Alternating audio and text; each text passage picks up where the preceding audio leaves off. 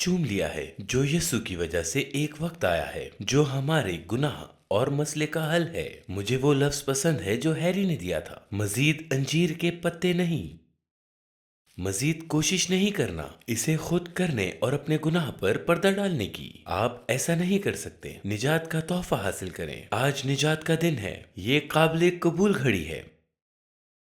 خدا اپنی رحمت کی ہلچل کر رہا ہے۔ خدا ہمیں دکھا رہا ہے کہ ہمیں کیا تبدیل کرنے کی ضرورت ہے اور پھر ہمیں اصلاح کرنے کا موقع فراہم کر رہا ہے۔ ہاں، یہ سال یقیناً ہلچل والا سال رہا ہے، اور میرے لیے ان بنیادی تبدیلیوں کا تصور کرنا بھی مشکل ہے جو رونما ہوئی ہیں۔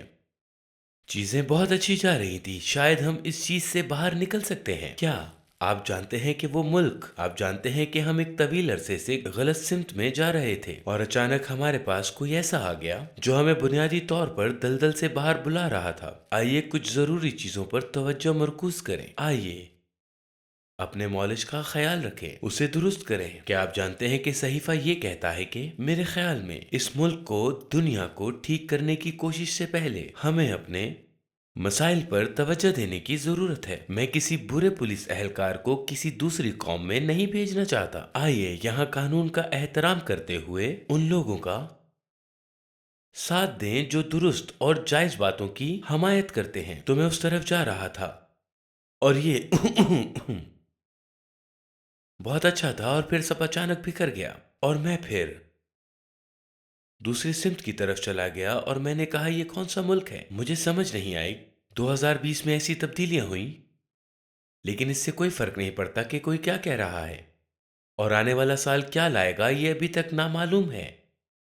تو کوئی نامعلوم کے لیے کیسی تیاری کرتا ہے، اور ہمیں کس چیز کے لیے تیار رہنے کی ضرورت ہے؟ ہمارے لیے وہ ضروری چیزیں کیا ہیں، اور ہمیں آنے والے وقت کے لیے خود کو کس طرح تیار کرنا ہے؟ ہم کس طرح تیار کر سکتے ہیں خود کو؟ آئیں سیکھتے ہیں۔ لوکا کی انجیل میں یسوع نے ہمیں بتایا کہ ہماری تیاری کس طرح ہونی چاہیے، اور اس تیاری میں سب سے اہم حصہ یہ ہے کہ جب وہ واپس آئے گا تو ہم اس وقت تک تیار رہیں۔ وہ واپس آئے گا، اور یقینی طور پر واپس آئے گا جب ابن آدم واپس آئے گا۔ لوکا 18 باب کی 8ویں آیت میں لکھا ہے، تو بھی جب ابن آدم آئے گا تو کیا زمین پر ایمان پائے گا؟ یہ ایک سوال ہے۔ تو پہلی چیز جو میں کہوں گا وہ ہے مستقبل کے لیے ضروری چیزیں۔ میرے عزیزوں، آپ کو معلوم ہونا چاہیے کہ پہلا عنصر خدا پر ایمان ہے۔ جو ظاہر ہے اسے توجہ سے سمجھے۔ بائبل کہتی ہے کہ شیاطین یقین کرتے ہیں اور کانپتے ہیں، اس لیے کسی حقیقت کے ساتھ فطری اتفاق نہیں ہوتا۔ یہ ایک ایمان ہے جو آپ کی اپنی طاقت سے آتا ہے۔ یہ ایک ایمان ہے جو آپ کے اپنے انجیر کے پتوں سے آتا ہے جو آپس میں سلے ہوئے ہیں۔ یہ ایک ایسا ایمان ہے جو اوپر سے آنے والی حکمت کو حاصل کرنے کے لیے آپ کی ذات سے آتا ہے۔ وہ ایمان جو کہتا ہے کہ میں اس پر بھروسہ کروں گا جو قابل بھروسہ ہے، اور وہ خدا ہے۔ لہٰذا مستقبل کی تیاری کے لیے پہلا عنصر ایمان ہے۔ یہ وہ عنصر ہے جو ضروری ہے۔ اور میرے دوستوں، یہ بیان صحیفے کی وہ آیت ہے جو یسوع نے دی تھی۔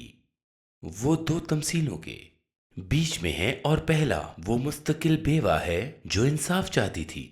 یہ دعا کی بات تھی۔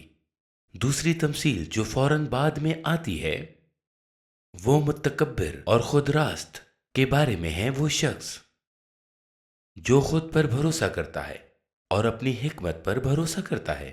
میرے دوستوں، کلام مقدس کے دوسرے صحیفے کو جسے ہم پڑھنے جا رہے ہیں اس پر غور کیجیے۔ جیسا کہ میں پہلے بھی کہہ چکا ہوں کہ خدا نے اپنے کلام سے ہمیں سینچا ہے۔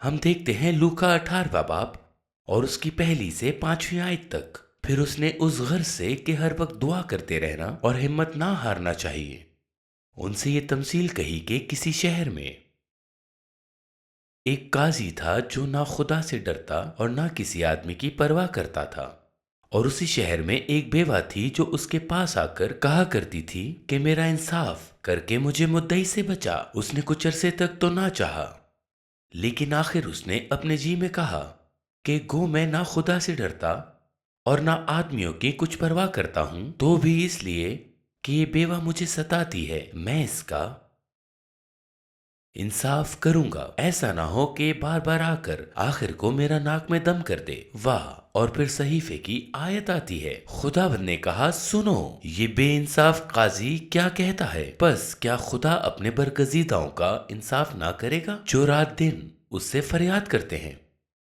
اور کیا وہ ان کے بارے میں دیر کرے گا؟ میرے دوستو، یہ ایک سوال ہے، لیکن یہ واضح طور پر ایک سوال ہے جس کا جواب پہلے ہی دیا جا چکا ہے۔ میں تم سے کہتا ہوں کہ وہ جلد ان کا انصاف کرے گا، کسی دن یا 2000 سال بعد یا کچھ سال بعد ہم یہاں اس کمرے میں بیٹھے ہوئے ہیں اور وہ آج ہمارے بارے میں بات کر رہا ہے، اور وہ یسوع جلد ہی واپس آئے گا۔ تو بھی جب ابن آدم واپس آئے گا تو کیا زمین پر ایمان پائے گا؟ ایمان کا وہ لازمی عنصر جو خدا چاہتا ہے کہ جب وہ واپس آئے تو ہم میں پایا جائے، وہ صرف یہ ایک مکمل یقین نہیں ہے۔ اپنے آپ میں ایمان کی کوئی طاقت نہیں ہے۔ مجھے آپ کی مثبت سوچ اور آپ کے ایمان کے جرأت مندانہ بیانات کو ختم کرنا اچھا نہیں لگے گا، کیونکہ آپ کو لگتا ہے کہ آپ کافی حد تک یقین کر سکتے ہیں۔ لیکن میرے دوستو، ایمان کا لازمی عنصر یہ ہے کہ خدا کیا چاہتا ہے، اسے کیسا ایمان چاہیے۔ ایمان ہمارے یقین کے ساتھ جڑا ہے، اور اگر ہم اسے اپنے یقین سے علیحدہ کر دیں تو یہ خود میں کوئی وجود، کوئی طاقت نہیں رکھتا۔ میں آپ کو ایک مثال دینا چاہتا ہوں۔ پاگل بہت سی چیزوں کے مکمل طور پر قائل ہوتے ہیں جو کہ ہوتی ہی نہیں ہے، مگر وہ اس کا دعویٰ بڑی ڈھٹائی سے کرتے ہیں۔ وہ ایمان جو ضروری ہے اس میں طاقت ہے۔ وہ ایمان ہے جو مناسب طور پر کسی ایسی چیز میں رکھا جاتا ہے جو خود میں قابل اعتماد ہے۔ یہ ایک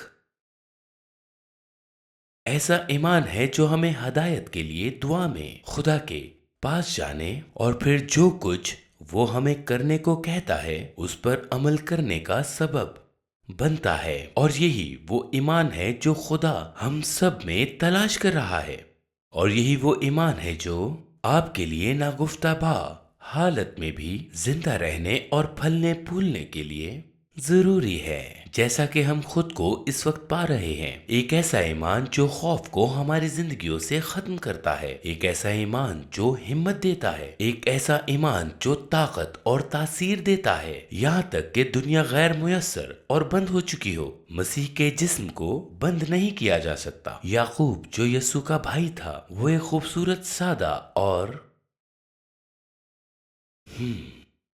سیدھی بات کرنے والا تھا۔ اس نے بالکل ویسا کہا تھا جیسا تھا۔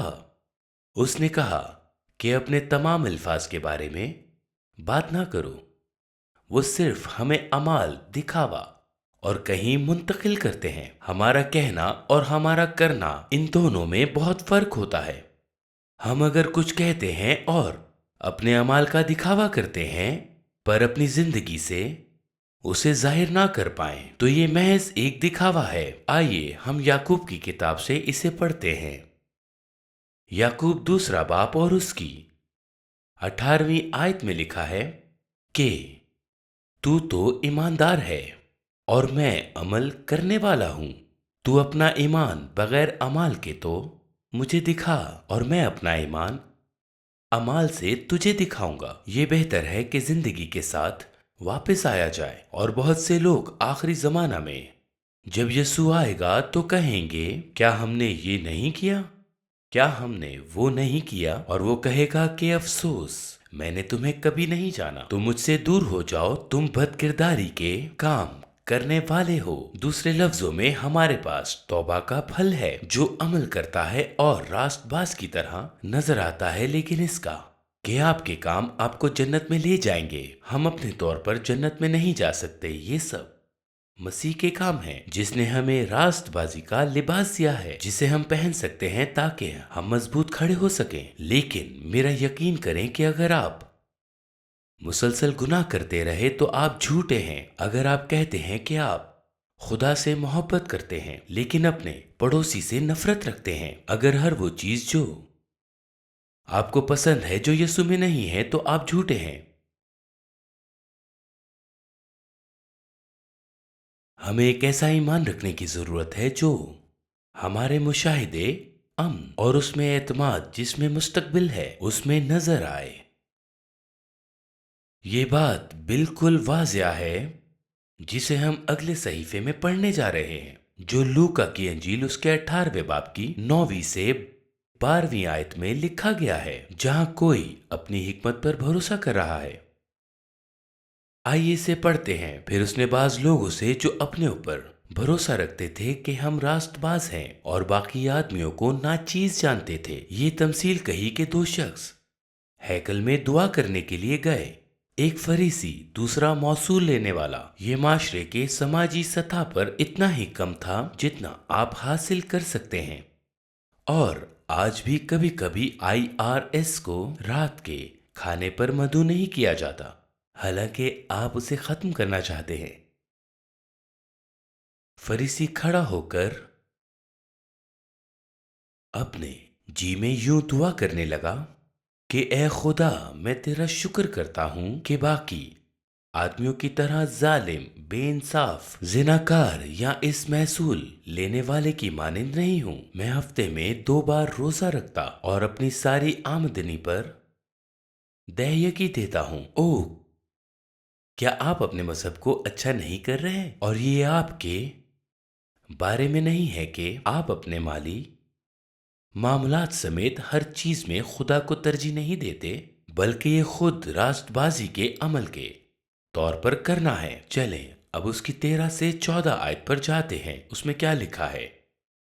لیکن محصول لینے والا جسے وہ رات کے کھانے پر مدعو نہیں کرنا چاہتے تھے، جس سے وہ لوگ ایک طرف ہو گئے، اس سے تھوڑی سی جسمانی دوری بنا لی۔ وہ اس آدمی کی بے انصافی کو پکڑتے ہی جیسا کہ تم اور میں، لیکن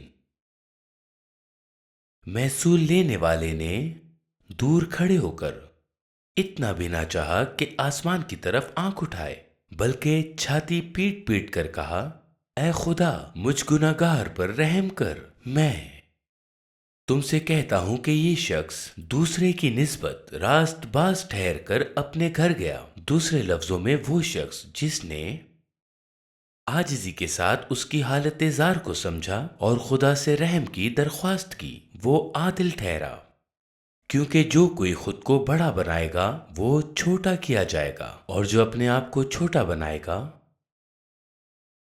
وہ بڑا کیا جائے گا۔ یہ صحیفے کی آیت کا دوسرا رخ ہے جو کہتی ہے وہ جلد ان کا انصاف کرے گا۔ تو بھی جب ابن آدم آئے گا تو کیا زمین پر ایمان پائے گا؟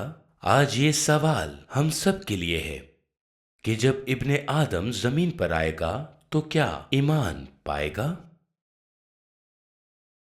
دوسرا ضروری عنصر جسے خدا زمین پر واپس آنے پر تلاش کر رہا ہے وہ حکمت ہے۔ امثال کا 4 باب اس کی 7ویں آیت میں لکھا ہے۔ آئیں پڑھتے ہیں، میرے ساتھ نکالیں امثال کی کتاب اس کا 4 باب اور اس کی 7ویں آیت۔ حکمت افضل اصل ہے، پس حکمت حاصل کر، بلکہ اپنے تمام حاصلات سے فہم حاصل کر، جانے کہ کیا ہو رہا ہے، نہ کہ صرف ایک کو۔ حکمت جو زمینی ہے بلکہ اس کو جو اوپر سے ایک حکمت ہے۔ یعقوب وہ آدمی ہے جو سادہ بات کرنے والا ہے، جس کے پاس یہ سارے پھولوں والے الفاظ نہیں ہیں، وہ سیدھی بات کرتا ہے۔ یعقوب 1 باب اور اس کی 5ویں آیت میں لکھا ہے، لیکن اگر تم میں سے کسی میں حکمت کی کمی ہو اپنا ہاتھ اٹھائیں۔ اگر آپ میں حکمت کی کمی ہے تو خدا سے مانگیں جو بغیر ملامت کیے سب کو فیاضی کے ساتھ دیتا ہے، اس کو دی جائے گی۔ اس لیے اگر ہم خدا سے حکمت مانگیں گے تو وہ دے گا۔ مجھے برکت دی گئی ہے، میں اس دنیا کا سب سے روشن بلب نہیں ہوں، اور بعض اوقات یہ حقیقت میں میرے لیے اچھا ہوا ہے۔ میں کسی ایسے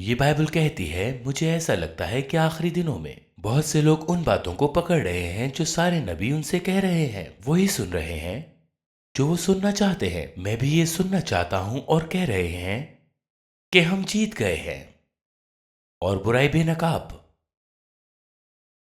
ہو جائے گی۔ وہ یہاں تک کہ اس کا دعویٰ کرتے ہیں کہ اگر آپ کو یقین نہیں آتا کہ آپ کیا کہہ رہے ہیں تو آپ منسوخ کر دیے جاتے ہیں، اور ایسا نہیں ہوگا کیونکہ یہ ایمان ہے، کیونکہ ہم کہتے ہیں کہ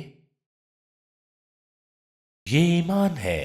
یہ اس دنیا کا پہلا مقابلہ نہیں ہے جہاں نبیوں کی بات آتی ہے۔ میں سوچ رہا ہوں کیا بہت جلد پتھر پھینکے جائیں گے، کیونکہ خدا کا کلام ہے پہلا سلاطین میں۔ پہلا سلاطین میں یہ بات واضح لکھی ہے، اور یہ خدا کے لفظ ہیں۔ پہلا سلاطین میں 22ویں باب کی 4 سے 25ویں آیت میں لکھا ہے، بنیادی طور پر اسرائیل کے بادشاہ اخیاب اور یہودا کے بادشاہ یہو سفت شاہ کو اپنے پڑوسیوں کے ساتھ تھوڑا سا مسئلہ درپیش تھا۔ تصور کریں کہ اسرائیل کی سرزمین اپنے پڑوسیوں کے ساتھ مسائل کا شکار ہے۔ بس جانتا ہوں کہ یہ ایک طویل مسئلہ ہے، لیکن بس تصور کریں۔ اور اخیاب چاہتا ہے کہ یہو سفت شاہ اس کے ساتھ لڑائی میں شامل ہو جب وہ رمات جلات کے خلاف جائیں، لیکن کیونکہ وہ مذہبی لوگ ہیں، ان کا خیال تھا کہ وہ نبیوں کو پکاریں گے، اور اس لیے ان کے پاس ان کی تعداد 400 ہے، لوگوں کی بھیڑ، اور 400 نبی آئے۔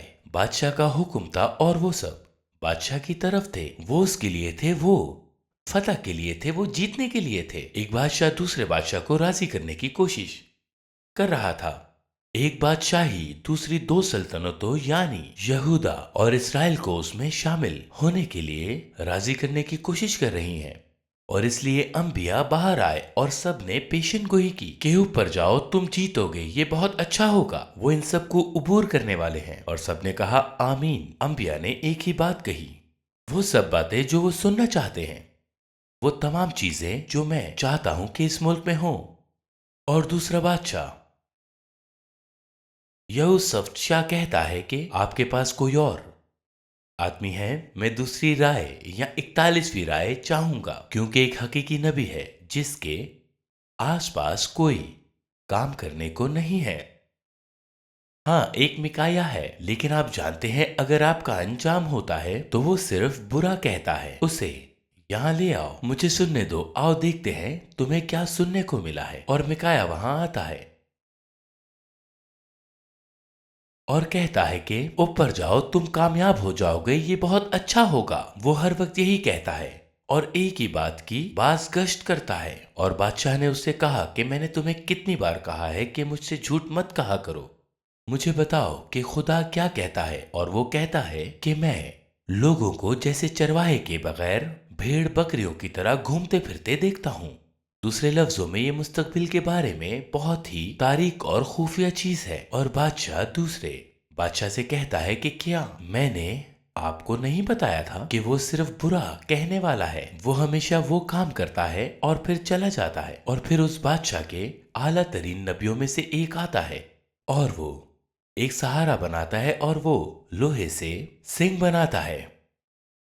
آپ جانتے ہیں کہ بہت سے لوگ جانتے ہیں کہ اس کے ساتھ کس طرح ایک اچھا پوڈ کاسٹ بنانا ہے۔ یہ وہاں ان لوہے کے سنگوں کے ساتھ آتا ہے، اور کیا آپ جانتے ہیں کہ یہ کیا ہوتا ہے؟ یہ بہت افسوسناک ہے۔ اس سے کوئی فرق نہیں پڑتا، کیونکہ جب خدا ہلچل کرتا ہے تو کبھی کبھار ہم جیتنے کے لیے ہار جاتے ہیں، اور اس صورتحال میں یہ غلط ثابت ہوا، لیکن خدا پر بھروسہ کیا جا سکتا ہے۔ اس بات کو یقینی بنائیں کہ آپ جانتے ہیں اور آپ خدا پر بھروسہ کر رہے ہیں، اور انسان کی پیروی نہ کریں۔ اگر وہ جو کہتے ہیں وہ سچ ثابت ہوا تو میں ہالےلویا کہوں گا، کیونکہ میں یہی مانگ رہا تھا۔ میں اس بات سے متفق ہوں جو انبیاء کرام کہہ رہے ہیں کہ ہم اپنے ملک میں جیتیں گے، لیکن ہم انتظار کریں گے۔ لیکن میرا یقین خدا پر ہے کہ قلیل مدت میں جیت یا ہار، یا اس کا کلام کچھ اور کہتا ہے کہ ہمیں طویل المدت مصیبت کے لیے تیاری کرنے کی ضرورت ہے۔ مجھے نہیں معلوم کہ یہ لمحہ ہے یا نہیں، لیکن مصیبت کے لیے تیاری کر سکتے ہیں۔ اس لیے بغیر کسی خوف کے اپنے آپ میں حکمت کو بڑھنے دیں۔ ایمان اور حکمت کے ساتھ تیاری کریں اور اس بات کو یقینی بنائیں کہ یہ آپ کے پاس موجود ہے کیونکہ آپ کو اس کی ضرورت ہوگی۔ یہ بالکل وہی ہے جو یسوع نے متی کے 10ویں باب اور اس کی 16ویں سے 20ویں آیت میں کہا۔ چلے آئیں اس کا مطالعہ کرتے ہیں۔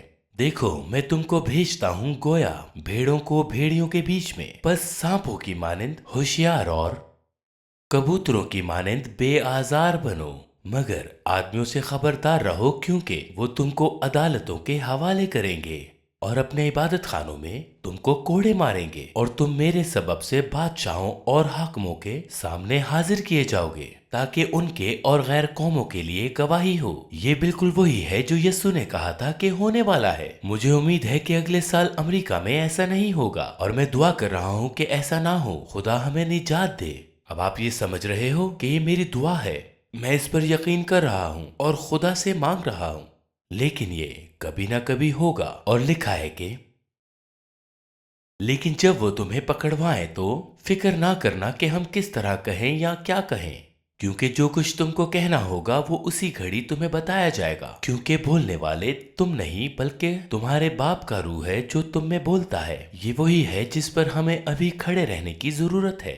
یہ ہمارا اعتماد ہے۔ میں دعا کرتا ہوں کہ جیسے ہی ہم اگلے سال میں جائیں ہمیں خوشی اور سکون ملے، اور ایک ایسی دنیا میں رہتے ہوئے بھی ہمیں خدا سے حوصلہ ملے جو افراتفری اور تباہی کی طرف دوڑ رہی ہے۔ مجھے یقین ہے کہ یسوع جلد ہی آنے والا ہے۔ خوف کو مسترد کر دیں بلکہ حکمت اور خدا پر ایمان کے ساتھ، جسے آپ جانتے ہیں کہ آپ کل کے انجام میں دلیری سے چل سکتے ہیں۔ میں ایک بار پھر کہنے والا ہوں کہ اوپر سے حکمت کے ساتھ، حکمت اور خدا پر یقین کے ساتھ، جسے آپ جانتے ہیں کہ آپ کل کے انجام میں دلیری سے چل سکتے ہیں۔ میں آپ کو صحیفوں سے حوصلہ افزائی کی ایک بات کہنا چاہتا ہوں جس پر آپ بھروسہ کر سکتے ہیں۔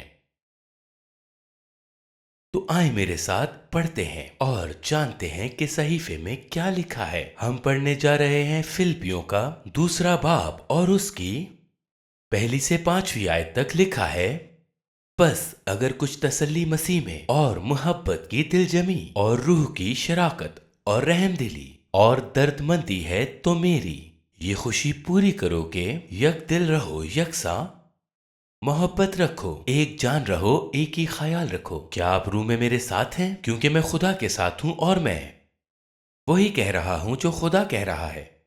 ہمیں یہ کرنا چاہیے، ہماری یہ حوصلہ افزائی ہے۔ تو لکھا ہے کہ یکساں محبت رکھو، ایک جان ہو، ایک ہی خیال رکھو، تفرقے اور بے جا فخر کے باعث کچھ نہ کرو، بلکہ فروتنی سے ایک دوسرے کو اپنے سے بہتر سمجھو۔ یہ بہت دلچسپ ہے۔ کیا آپ کے ذہن میں عاجز ہے، یا آپ کو لگتا ہے کہ آپ کو سب معلوم ہو گیا ہے اور آپ کہہ رہے ہیں کہ آپ جانتے ہیں کہ میں اس آدمی سے بات کروں گا، بعد میں اسے پتہ چلے گا؟ میں خاموش ہوں، میں انتظار کروں گا اور دیکھوں گا۔ صرف وہ ایک چیز کی وجہ سے میں خاموش نہیں ہوں، وہ یہ کہ میں خدا سے درخواست کر رہا ہوں، میں دعا میں مستقل ہوں، میں خدا سے نجات کے لیے مانگ رہا ہوں، لیکن مجھے کسی چیز کا دفاع کرنے کی ضرورت نہیں ہے۔ خدا وہ ہے جس کے پاس آپ کو بدل دینے کی طاقت ہے۔ آپ کو فضل کے تخت تک رسائی حاصل ہے، اور بہتر ہے کہ آپ اس وقت خدا کو پکاریں۔ میں آپ کو بتاتا ہوں کہ اس وقت خدا کو پکارنا زیادہ بہتر ہے۔ یاد رکھیں کہ آپ کو خدا کے تخت تک رسائی حاصل ہے، اور خدا ہی آپ کو بدلنے کی طاقت اور قدرت رکھتا ہے۔ آئے پڑھتے ہیں فلپیو 2 باب اس کی 14 سے 18 آیت تک۔ لکھا ہے، سب کام شکایت اور تکرار کے بغیر کیا کرو، تاکہ تم بے عیب اور بھولے ہو کر ٹیڑھے اور کجروں لوگوں میں خدا کے بے نقص فرزند بنے رہو، جن کے درمیان تم دنیا میں چراغوں کی مانند دکھائی دیتے ہو اور زندگی کا کلام پیش کرتے ہو۔ ہم یہی کرتے ہیں جب باقی سب کچھ برا لگ رہا ہوتا ہے تو ہم کچھ اچھے کی طرف متوجہ ہوتے ہیں۔ وہ آپ کے پاس آئیں گے اور کہیں گے کہ مجھے اپنے نجات دہندہ کے بارے میں بتائیں۔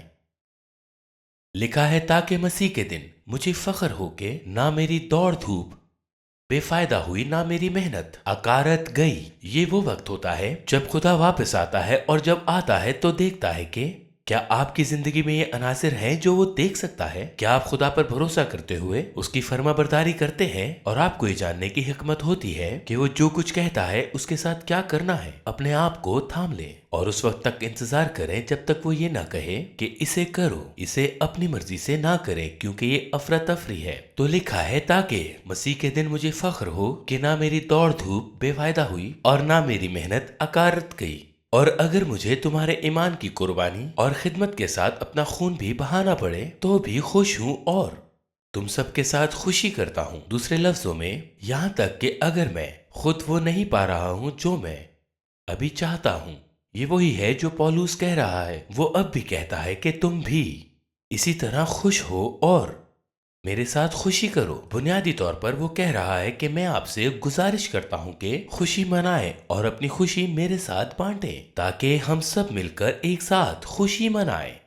آپ کھڑے ہونے والے ہیں اور خوش کن لوگ بننے جا رہے ہیں جن کا اعتماد اس لمحے کی دسترس سے باہر ہے اور اپنی قوم، اپنے ملک اور اپنے انفرادی حالات کے لیے خدا سے نجات مانگ رہے ہیں۔ چاہے آپ درد میں ہوں یا جدوجہد میں، آپ کو دعا میں ثابت قدم رہنا ہوگا۔ مانگتے رہیں، خدا پر یقین رکھیں، وہ ایمان کا جواب دیتا ہے۔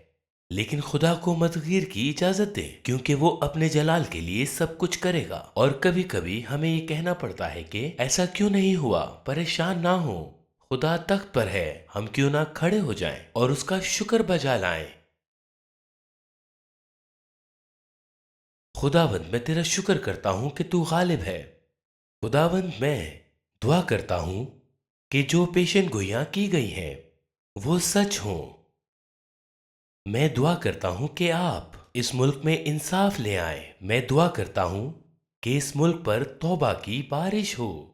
میں دعا کرتا ہوں کہ اندھیرے میں گرجا گھر چمکیں۔ خداوند، میں دعا کرتا ہوں کہ ظالم کے بیچ ہم آزادانہ طور پر کام کریں۔ میں خدا سے دعا کرتا ہوں کہ محرکیموں اور جدوجہد کے میدانوں میں ہم ترقی کریں، اور اگر ہمارے جذبے میں اور کچھ نہیں تو اتنا کہ دنیا کو بھی کوئی فرق نہیں پڑتا کہ ہم اس دنیا میں ہاریں یا نہیں، ہم اپنے آپ کو خدا کے لیے قربان کرتے ہیں کیونکہ تو وہ ہے جو تمام جلال کے لائق ہے۔ ہم تجھ پر بھروسہ کرتے ہیں خدا۔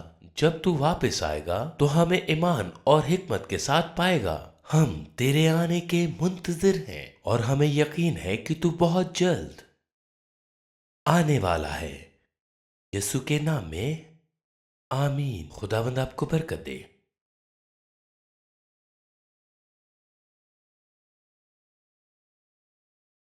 میں امید کرتا ہوں کہ آج کے کلام سے آپ کو برکت ملی ہے۔ کیلوین بخشما کے مزید پیغامات کو سننے کے لیے facebook.com/GCF Church کو فالو کریں اور youtube.com/GCF Church پر ہمیں سبسکرائب کریں، اور آپ اپنے موبائل میں ہماری ایپ بھی ڈاؤن لوڈ کر سکتے ہیں، ورڈ سرور۔ یہ اپلیکیشن آپ کو گوگل پلے اسٹور پر اور ایپل پلے اسٹور پر آسانی سے مل جائیں گی۔ آپ اپنے اینڈرائیڈ فون میں ان اپلیکیشنز کو ڈاؤن لوڈ کیجیے اور اپنے دوستوں اور اپنے رشتہ داروں کے ساتھ شیئر کریں۔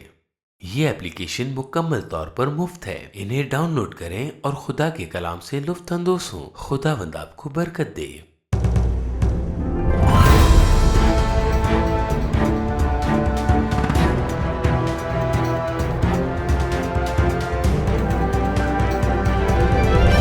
You are watching Shine Star TV. Be the light.